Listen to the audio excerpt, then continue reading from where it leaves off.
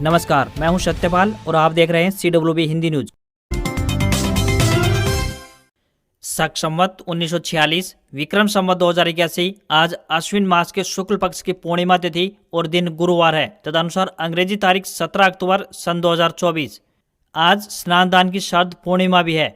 आज सूर्योदय सुबह 6:23 पर होगा तो वहीं सूर्यास्त शाम 5:48 पर होगा।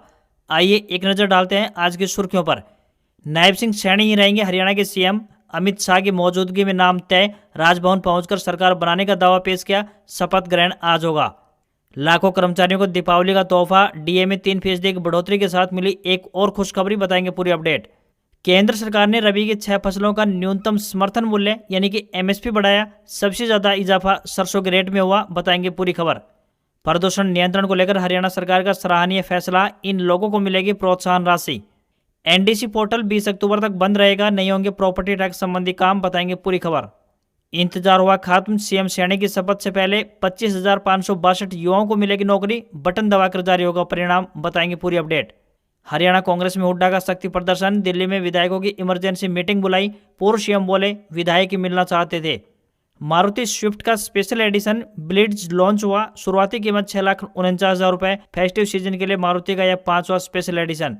UPPSC की PCS परीक्षा स्थगित। 27 अक्टूबर को होनी थी परीक्षा। नई एग्जाम डेट जल्द जारी की जाएगी। भारत न्यूजीलैंड टेस्ट पहले दिन का खेल बारिश के कारण रद्द हुआ। टॉस तक नहीं हो सका। बेंगलुरु में सुबह से रुक रुक कर वर्षा होती रही।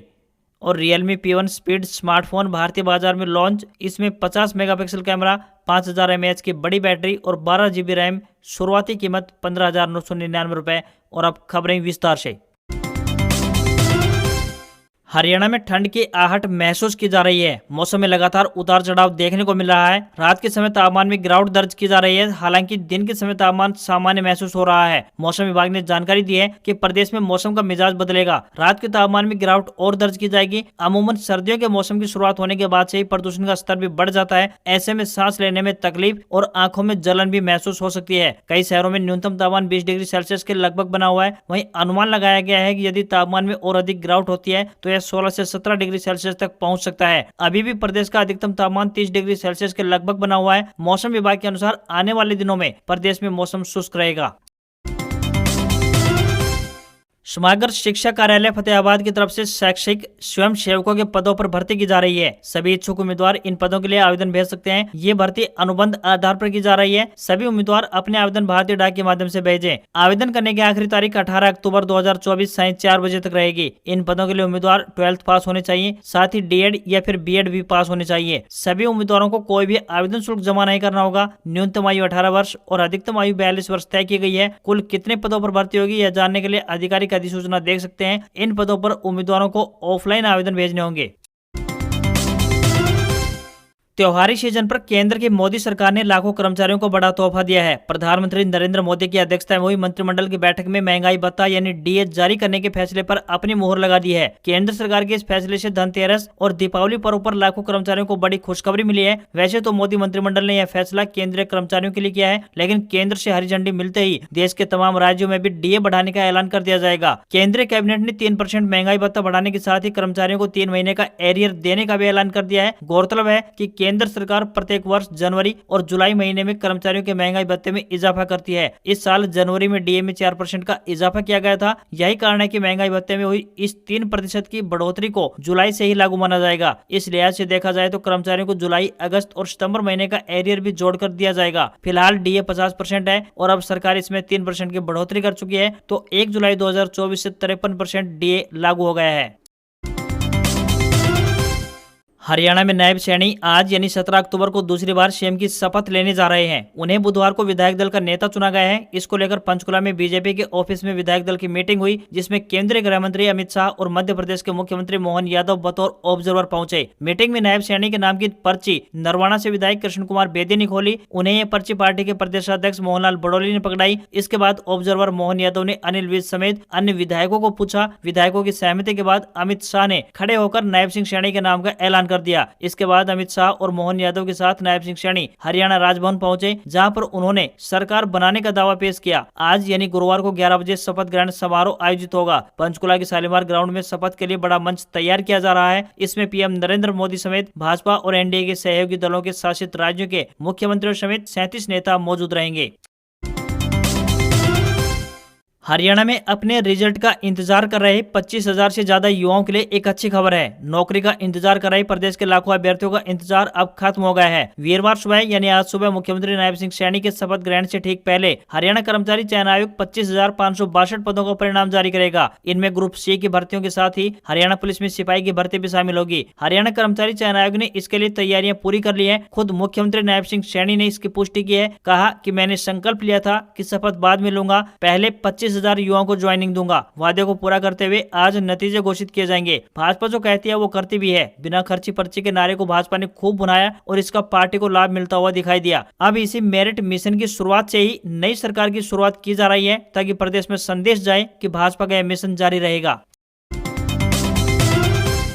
सर्दियों का मौसम शुरू होते ही वायु प्रदूषण से जुड़ी खबरें आना शुरू हो जाती हैं। राज्य और केंद्र सरकारों द्वारा एहतियातन कदम भी उठाए जाते हैं। अब की बार भी प्रदूषण के चलते हरियाणा सरकार की चिंता बढ़ चुकी है। प्रदूषण को कम करने के लिए प्रयास तो किए जा रहे हैं, लेकिन अभी भी पराली जलाने की घटनाएं बंद होती नजर नहीं आ रही है। इसी वजह से सरकार ने कई बार चेतावनी भी दी है, लेकिन फिर भी पराली जलाए जाने की घटनाएं सामने आ ही जाती है। इसी दिशा में अब सरकार द्वारा एक बड़ा और महत्वपूर्ण फैसला लिया गया है। दरअसल प्रशासन ने अब जागरूकता अभियान भी चलाने का फैसला लिया है। इसके तहत फरीदाबाद डीसी ने जागरूकता वाहन को हरी झंडी दिखाकर रवाना किया। यह वाहन किसानों को गांव-गांव जाकर वायु प्रदूषण से होने वाले नुकसान के बारे में जागरूक करेगी। जिन गांवों में वायु प्रदूषण को लेकर बेहतर परिणाम नजर आएंगे, उन गांव पंचायतों को पुरस्कृत भी किया जाएगा। रेड और येलो जोन से जो ग्राम पंचायतें ग्रीन जोन में आएंगे, उन्हें 1,50,000 रुपए की प्रोत्साहन राशि दी जाएगी।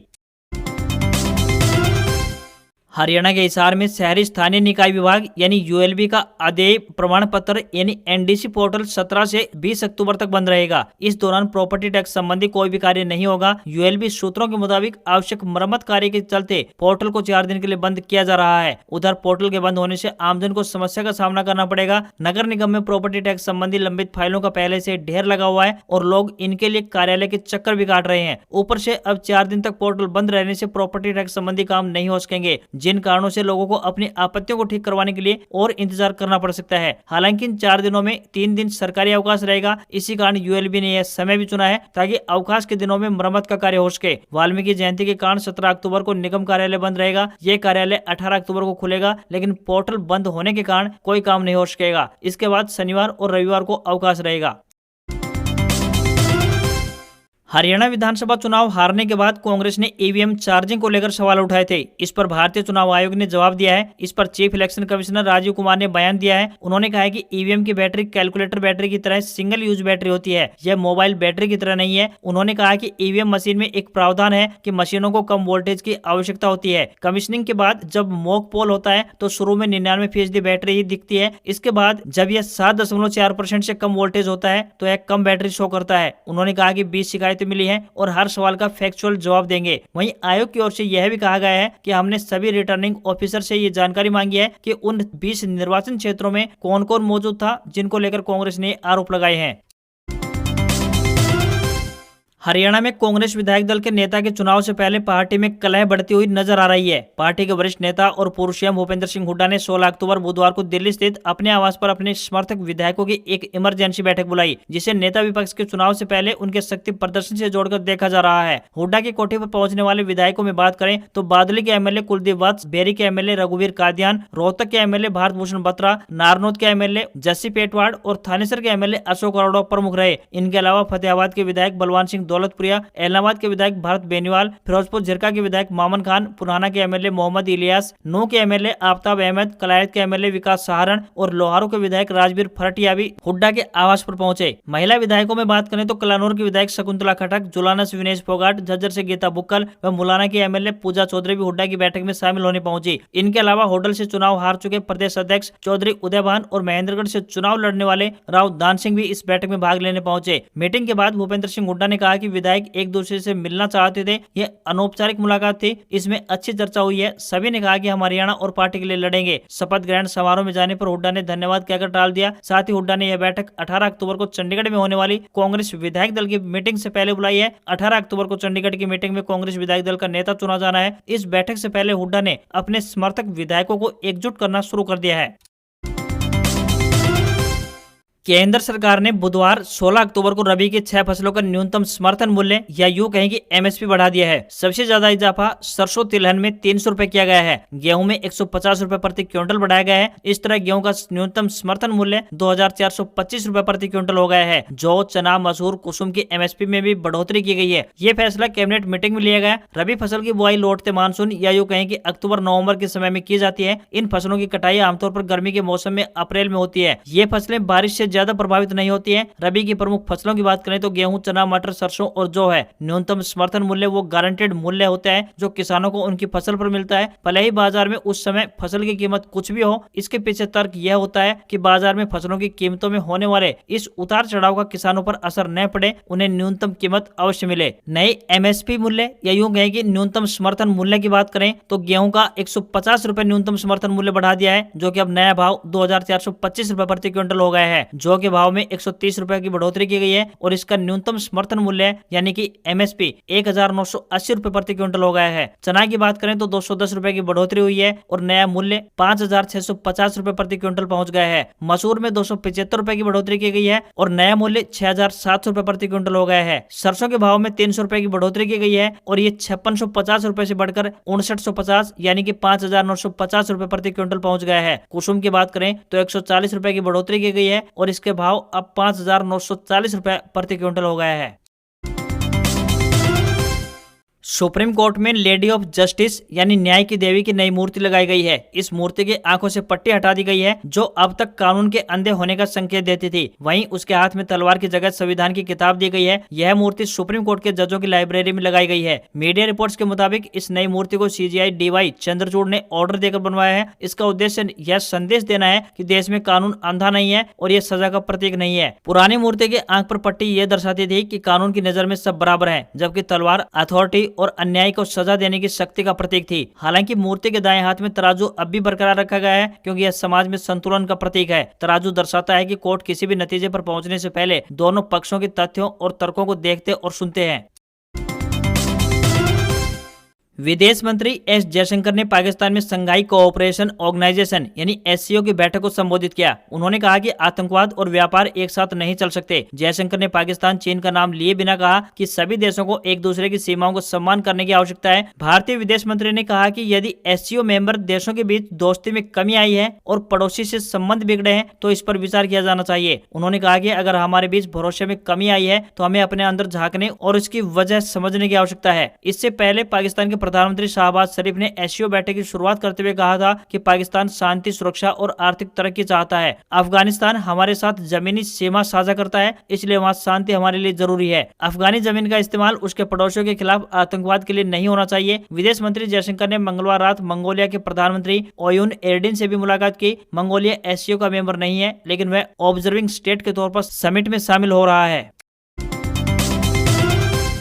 बृहस्पति ग्रह के चांद यूरोपा पर जीवन की संभावना की तलाश करने के लिए नासा ने यूरोपा क्लिपर स्पेसक्राफ्ट लॉन्च किया। स्पेसक्राफ्ट को फ्लोरिडा के केनेडी स्पेस सेंटर से एलन मस्क की कंपनी स्पेसएक्स के फाल्कन हेवी रॉकेट ने लॉन्च किया है। यह मिशन 6 साल का होगा और इस दौरान स्पेसक्राफ्ट करीब 3 अरब किलोमीटर का रास्ता तय करेगा। यूरोपा क्लिपर 11 अप्रैल 2030 में बृहस्पति की कक्षा में दाखिल होगा। इसके बाद 4 साल में यह 49 बार यूरोपा चांद के करीब से गुजरेगा। न्यूयॉर्क टाइम्स के मुताबिक वैज्ञानिकों को लगता है कि बृहस्पति के चांद की बर्फीली सतह के नीचे समुद्र है जो कि इस उपग्रह को रहने लायक बना सकते हैं। यूरोपा क्लिपर स्पेसक्राफ्ट पर कई सोलर पैनल लगे हैं। स्पेसक्राफ्ट यूरोपा चांद की जांच के लिए अपने साथ 9 उपकरण लेकर गया है। इनमें कैमरा, स्पेक्ट्रोमीटर, मैग्नेटोमीटर और रडार शामिल हैं। इनके जरिए वैज्ञानिक बृहस्पति के चांद पर मौजूद समुद्र की गहराई का पता लगाया जाएगा। इसके अलावा वे यूरोपा की सतह पर जीवन के लिए जरूरी दूसरी चीजों की मौजूदगी भी तलाशेंगे। साथ ही वे चांद की सतह पर मैग्नेटिक फील्ड को भी चेक करेंगे। मारुति सुजुकी ने फेस्टिव सीजन के लिए स्विफ्ट का स्पेशल एडिशन ब्लिट्ज लॉन्च कर दिया है। Swift blitz 5 variant LXi, VXi, VXi AMT, VXi optional और VXi O AMT में अवेलेबल होगी। सभी वेरिएंट पर अवेलेबल फीचर्स के अलावा ब्लिट्ज में मारुति ने rear under body spoiler, boot के ऊपर spoiler, fog lamp, illuminator, door shields, door visor और साइड में मोल्डिंग दी गई है। मारुति स्विफ्ट ब्लिट्ज के साथ 49,848 रुपए की स्मार्ट किट बायर्स को मुफ्त यानी फ्री दी जा रही है। ब्लिट्ज की कीमत की बात करें तो 6,49,000 रुपए से लेकर 8,02,000 रुपए जो कि एक्स शोरूम के बीच है रखी गई है। स्विफ्ट ब्लिट्ज फेस्टिव सीजन के लिए मारुति का 5वां स्पेशल एडिशन है। ब्रांड इस फेस्टिव सीजन में सेल्स को बढ़ावा देने के लिए ऐसा कर रहा है। कंपनी पिछले कुछ महीनों में Baleno Regal edition, Grand Vitara Dominion edition, WagonR Volts edition और इग्निस रेडियंस एडिशन भी लाई है। भारतीय शेयर बाजार में गिरावट देखने को मिली है। सेंसेक्स 318 अंक की गिरावट के साथ 81,501 के स्तर पर क्लोज हुआ, तो वहीं निफ्टी में भी 86 अंक की गिरावट रही और ये 24,971 के स्तर पर बंद हुआ। आईटी और ऑटो शेयर्स में सबसे ज्यादा गिरावट देखने को मिली है। एशियाई बाजारों में मिला जुला रुख देखने को मिला है। 10 ग्राम 24 कैरेट सोने के भाव की बात करें तो 623 रुपए बढ़कर 76,553 रुपए पर पहुंच गया है। सोना इस साल अब तक 13,201 रुपए महंगा हो चुका है। वहीं चांदी की कीमत में भी बढ़त देखने को मिली और ये 1,712 रुपए बढ़कर 91,512 रुपए प्रति किलोग्राम के स्तर पर पहुंच गई है। दिल्ली में 10 ग्राम 22 कैरेट सोने की कीमत 71,550 रुपए और 10 ग्राम के ही 24 कैरेट सोने की कीमत 78,040 रुपए पहुंच गई है। आज खबरों में बस इतना ही। देखते रहिए आपका अपना हरियाणा का सबसे बेहतरीन news channel CWB Hindi news. नमस्कार। इसी आशा के साथ आपका दिन शुभ रहे।